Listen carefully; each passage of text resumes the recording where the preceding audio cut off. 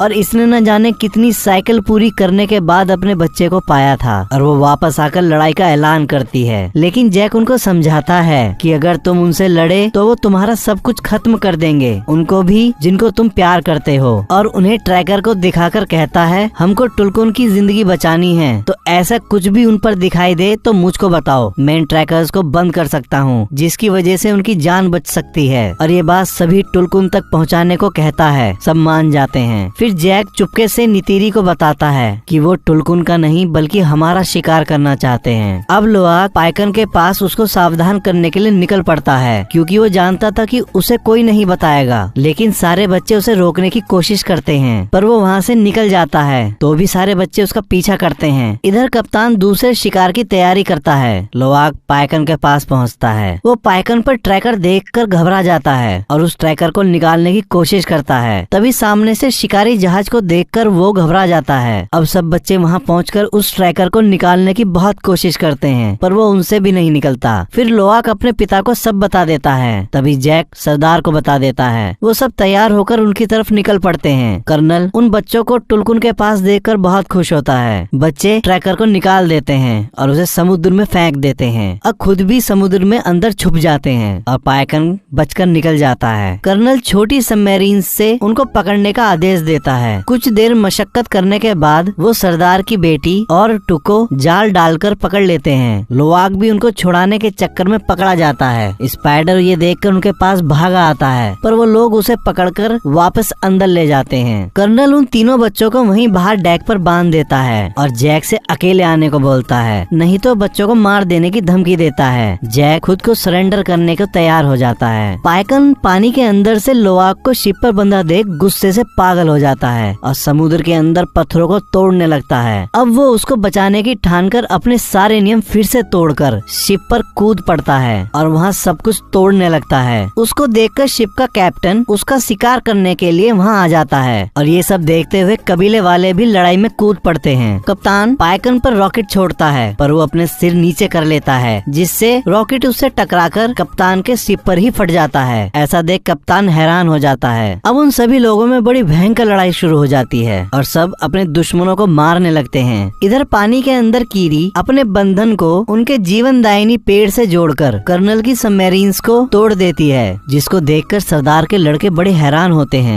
Ship के अंदर spider भी शिप के कंट्रोलर को तोड़ देता है, जिसकी वजह से शिप चट्टान से जाकर टकरा जाता है और उसमें पानी भरने लगता है। कप्तान अब पाइकन को पकड़ने के लिए तार से बंधे एंकर को उस पर शूट करता है, पर पाइकन बड़ी चालाकी से उससे बचकर अपने सिर से जानबूझकर उस तार को बांधकर पूरी ताकत लगाकर उस बोट को खींचने लगता है। कप्तान बड़ी मुश्किल से उससे पीछा छुड़वाता है, पर फिर से उस पर हमला करने की तैयारी करता है। तभी पाइकन उसकी बोट के ऊपर से कूदकर उस तार से कैप्टन के हाथ को ही बांध देता है और एक झटका देकर उसका हाथ ही अलग कर देता है, जैसे कप्तान ने कभी उसका पंख काटा था। कप्तान के मरते ही उसका क्रू लड़ाई रोक देता है और वहाँ से जाने लगता है। अब कीरी जैसे ही सतह पर आती है, कर्नल उसे पकड़कर शिप के डेक पर ले आता है और उसको वहीं बांध देता है। टुक उसको देख लेती है तो सरदार की लड़की के साथ उसे बचाने शिप पर वापस चली जाती है, लेकिन वो टुक को भी पकड़ लेते हैं। शिप के दूसरी तरफ कर्नल नेतियम को भागते हुए गोली मार देता है। बच्चे बड़ी मुश्किल से उसे टापू पर ले आते हैं, पर वो बच नहीं पाता। नितेरी उसको मरा देख पागलों के जैसे चीखने लगती है और बहुत रोती है। तभी कर्नल जैक के वॉइस डिवाइस पर बात करता हुआ उसे बताता है कि उसकी छोटी बेटी उसके पास है। तो जैक नितेरी को संभलने को बोलता है और कहता है हमें अपनी बेटी को बचाना है। नितेरी अपना धनुष उठाकर अपने बेंजिस पर बैठकर शिप की तरफ उड़ जाती है। जैक वहाँ शिप पर चुपचाप पहुंचकर धमाका कर देता है, जिससे वहाँ आग लग जाती है। नितेरी वहाँ पहुंचकर बहुतों को मार डालती है। उसका रौद्र रूप देखकर स्पाइडर भी डर के मारे छुप जाता है। इधर जैक चुपके से टुक को छुड़ा लेता है, पर कर्नल कीरी के गले पर चाकू रखकर उसके सामने आता है और कहता है तुम नहीं चाहोगे कि आज तुम्हारी एक औलाद और मर जाए। कर्नल उससे हथियार रखवा देता है। स्पाइडर कर्नल को ऐसा करने से रोकता है, पर वो नहीं मानता। तभी नितेरी स्पाइडर के गले पर चाकू लगाकर कीरी को छोड़ने को बोलती है, पर कर्नल उसको ऐसा दिखाता है जैसे उस पर इस बात का कोई फर्क ही नहीं पड़ा। तभी नितेरी कर्नल से कहती है लड़के के बदले लड़का, और स्पाइडर की छाती पर चाकू मार देती है। कर्नल तुरंत कीरी को छोड़ देता है। अब वो सब वापस जाने लगते हैं, पर कर्नल कहता है मैं अभी भी नहीं रुकूंगा और वापस आऊंगा और तुम अपने पूरे परिवार के साथ सारी जिंदगी डर में जियोगे। इतना सुनते ही जैक उस पर हमला कर देता है। इधर पानी के अंदर नितेरी और उसके बच्चों को आग घेर लेती है, तो वापस शिप पर चढ़कर उसके दूसरी तरफ से निकलने की कोशिश करती है। तभी पानी का बहाव टूक को शिप के अंदर ले जाता है। नितेरी उसके पीछे कूद जाती है। शिप डूबने लगता है और पलट जाता है। स्पाइडर और कीरी ऊपर आ जाते हैं। इधर पानी के अंदर जैक लड़ते लड़ते कर्नल का गला घोटकर उसे बेहोश कर देता है। उसको लगता है कि कर्नल मर गया, लेकिन खुद भी पानी में सांसें टूटने की वजह से डूबने लगता है। तभी लोआक जैक को बड़ी मुश्किलों से एक चैम्बर में लेके आता है, जिससे जैक को सांस आ जाती है। इधर टुक और नितेरी भी एक जगह आके फंस जाते हैं और जहाज पूरी तरह अंधेरे में डूब जाता है। फिर कीरी वहाँ रोशनी देने वाली अनेक मछलियों को बुला लेती है और वो उनको पूरे जहाज में भेज देती है। वो टुक और नितेरी को बाहर निकाल लेती है। इधर लोआक पाइकन की मदद से जैक को भी बाहर निकाल लेता है। अब पाइकन उन सबको अपने पंख पर बैठाकर टापू पर छोड़ देता है। स्पाइडर भी कर्नल को बाहर निकाल लेता है। वो जिंदा होता है। वहाँ उसका बेंजिस आ जाता है। कर्नल स्पाइडर को साथ चलने के लिए बोलता है, पर स्पाइडर उसे वहाँ चिढ़ाकर वापस जैक और उसके परिवार के पास आ जाता है। तो कर्नल अपने बेंचेस पर बैठकर वहाँ से उड़ जाता है। अब सब कबीले वाले नेत्यम को आखिरी विदाई देते हैं। उस समय जैक को वो पल याद आता है जब उसने नेत्यम के जन्म पर अपने हाथों में उसे लेकर उसका नामकरण किया था और अब वो उसको पानी के उस अंतहीन गहराई में दफन होते देख रहा था। उसका दिल टूट गया था। वो वापस आकर सरदार से कहता है, हम कल चले जाएंगे। तो सरदार कहता है, तुम्हारा बेटा अब हमारे देवताओं के पास है और तुम भी अब पानी के आदमी हो चुके हो, तो तुम हमारे कबीले का ही हिस्सा हो। फिर जैक और नितेरी उनके जीवनदायिनी पेड़ से अपना बंधन बांधते हैं। तभी जैक को वो समय दिखाई देता है जब नेत्यम ने पहली बार शिकार किया था और वो बहुत खुश थे। नितेरी उनको देखकर खुश होती है। नित्यम सच में अब उनके देवताओं के पास था। वो उसका स्वर्ग था। वहाँ उसकी दुनिया में उसका परिवार उसके साथ था और कहानी यहीं खत्म हो जाती है। आशा करता हूँ कि आप सभी को ये एक्सप्लेनेशन पसंद आई होगी। और भी मूवी के एक्सप्लेनेशन सुनने के लिए आप हमारे इस चैनल को लाइक करें, सब्सक्राइब करें और साथ ही बेल आइकन दबाना ना भूलें।